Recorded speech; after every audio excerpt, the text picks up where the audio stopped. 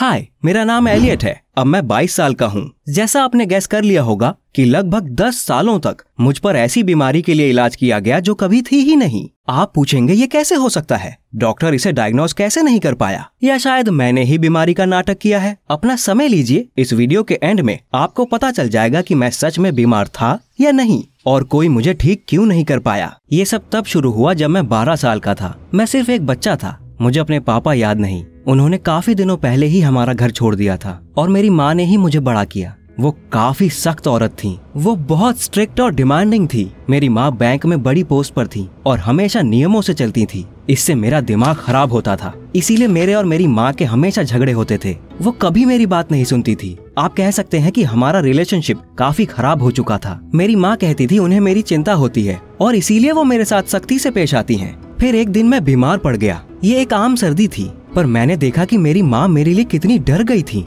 उन्होंने मेरे लिए काम से छुट्टी ले ली।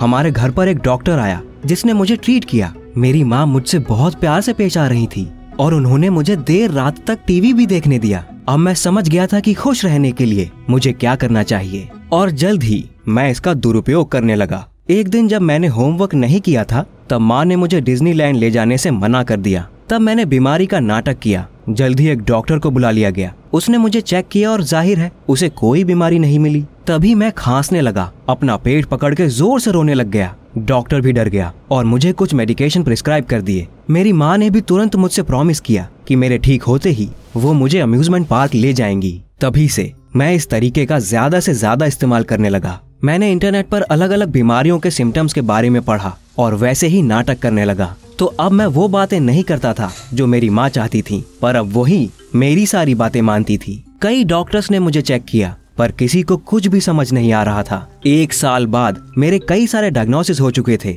और मेरी मेडिकल हिस्ट्री एक एनसाइक्लोपीडिया जितनी बड़ी हो चुकी थी। मैं बेहोशी का, चक्कर आने का नाटक करता था और नींद में बड़बड़ाता था। मेरी माँ बहुत कंफ्यूज हो गई थी। वो मेरी सारी बातें मानती थी और मेरे खिलाफ कुछ भी करने से डरती थी। जाहिर है तब मुझे अच्छा महसूस होता था। कुछ दिनों बाद वो दोबारा मुझे डिसिप्लिन सिखाती थी और मुझे कुछ करने के लिए कहती थी और तभी मेरी रहस्यमय बीमारी लौट आती थी। ऐसा कई सालों तक चलता रहा। कभी कभी मुझे अच्छा लगता था और कभी कभी मैं हॉस्पिटल के बेड पर पड़ा होता था। मेरी माँ ने मेरी जांच के लिए काफी पैसे खर्च किए, पर जाहिर है उसका कोई नतीजा नहीं निकला। एक बार तो उन्हें ये शक भी हुआ कि मैं बीमारी का नाटक कर रहा हूँ। तब मैंने काफी भयानक दर्द होने की एक्टिंग की और उनसे कहा कि मैं जल्द ही उन्हें छोड़ के जाने वाला हूँ। इस बात से मेरी माँ काफी डर गई और उसके बाद कभी मुझ पर शक नहीं किया। तो थोड़े शब्दों में मैंने अपने आप को इस पूरी सिचुएशन में काफी कंफर्टेबल कर लिया था। जब मैं 20 साल का हो गया तब मेरी बीमारी का पता चले बिना ही मुझे फिजिकल डिसेबिलिटी का स्टेटस मिल गया। मैं जहाँ चाहूँ वहाँ जा सकता था और जो चाहे वो कर सकता था।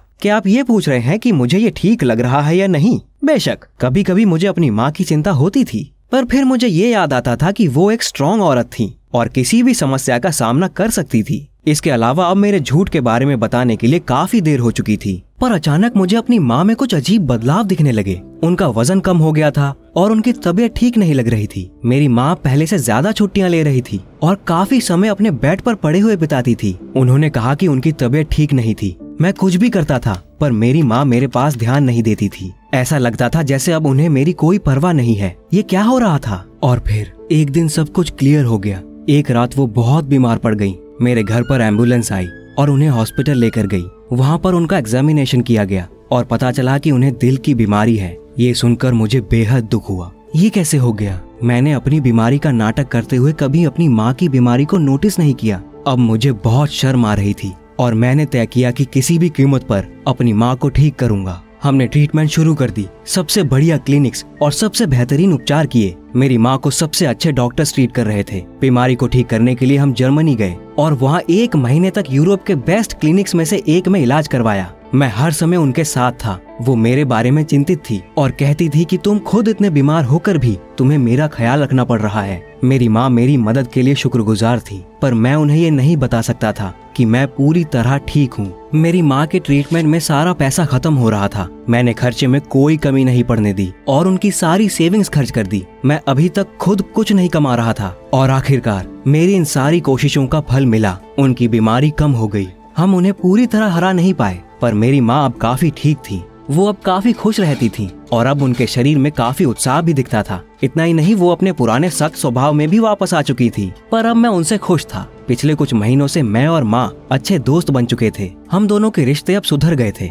लेकिन मैं अभी भी उस नाटक के बारे में बताने से डर रहा था जो मैं 10 सालों से करता आ रहा था। और मेरी माँ को लगता रहता था कि मैं अभी भी बीमार हूँ और कोई डॉक्टर मेरी मदद नहीं कर सकता था। इस बात से वो काफी दुखी थी। और फिर वो हुआ जिसके बारे में हमने कभी सोचा नहीं था। एक दिन हमें एक नोटिस मिला कि हमारा घर हमसे छीना जा रहा है क्योंकि हमने हमारा कर्ज नहीं चुकाया था। क्या ये कैसे हुआ? मैं माँ की फाइनेंशियल हिस्ट्री देखने लगा और वहाँ मैंने पाया कि मेरी माँ पूरी तरह कंगाल हो चुकी थी। ये कैसे हुआ? दरअसल पिछले 10 सालों में माँ ने मेरे इलाज पर काफी पैसे खर्च किए थे। उनका बैंक भी काफी नुकसान झेल रहा था और जब उन्हें दिल की बीमारी हुई तब मैंने उनके इलाज के लिए सारे पैसे खर्च कर दिए और बैंक भी डूब गया। मेरी माँ की जॉब चली गई और उनके पैसे भी खत्म हो गए। अब हमारे पास सिर्फ कर्ज ही बचा था। जल्द ही हमने अपना घर खो दिया। मैं और माँ एक छोटे अपार्टमेंट में रहने लगे। अब हम पैसे बचाकर जीने लगे। मेरी माँ ने हिम्मत नहीं हारी और कहा कि सब ठीक हो जाएगा।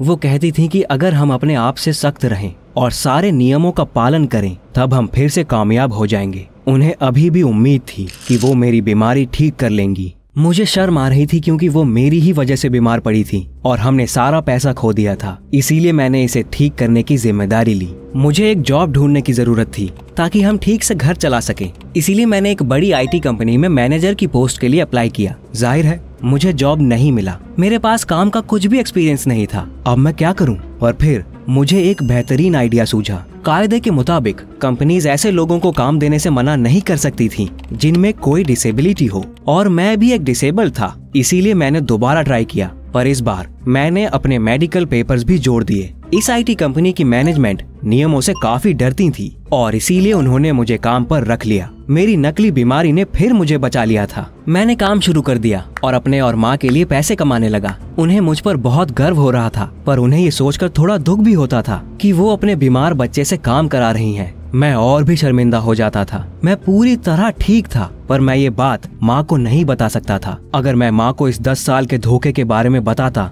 तो वो सच में मर जाती। इसीलिए मैं चुप रहा और ऐसे ही अपनी जिंदगी को आगे बढ़ाता रहा। सब कुछ काफी अच्छा चल रहा था। मैं जॉब से अपने और माँ के लिए पैसे कमा रहा था। मुझे एक लड़की भी मिली जिसका नाम सूजन था। वो जल्द ही मेरी गर्लफ्रेंड बन गई। उसे पता था कि मैं बीमार हूँ। उसे लगता था कि मैं एक अच्छा इंसान हूँ जो खुद बीमार होने के बावजूद अपनी माँ के लिए काम कर रहा है। पर मैंने अपने आप को झूठ की रस्सियों से बांध लिया था जिनसे मैं निकल नहीं पा रहा था। और फिर एक दिन वही हुआ जिसका मुझे डर था। मेरी माँ फिर से बीमार पड़ गई। उन्हें हॉस्पिटल ले जाया गया। उनकी बीमारी लौट आई थी और उनकी हालत पहले से खराब हो चुकी थी। मेरी माँ मुझसे दूर जा रही थी। मैं उन्हें इस हालत में नहीं देख सकता था। मुझे महसूस हुआ कि मैं उनसे कितना प्यार करता हूँ और अपने आप से नफरत करने लगा। कुछ दिनों बाद मुझे हॉस्पिटल से कॉल आया और उन्होंने बताया कि मेरी माँ अब नहीं रही। तो ये था मेरी कहानी का एंड। अब मुझे नाटक करने की जरूरत नहीं थी। मैं एक खराब इंसान था और मुझे ये बात पता थी। मेरी पूरी जिंदगी एक झूठ थी जिससे सिर्फ लोगों को परेशानी हुई।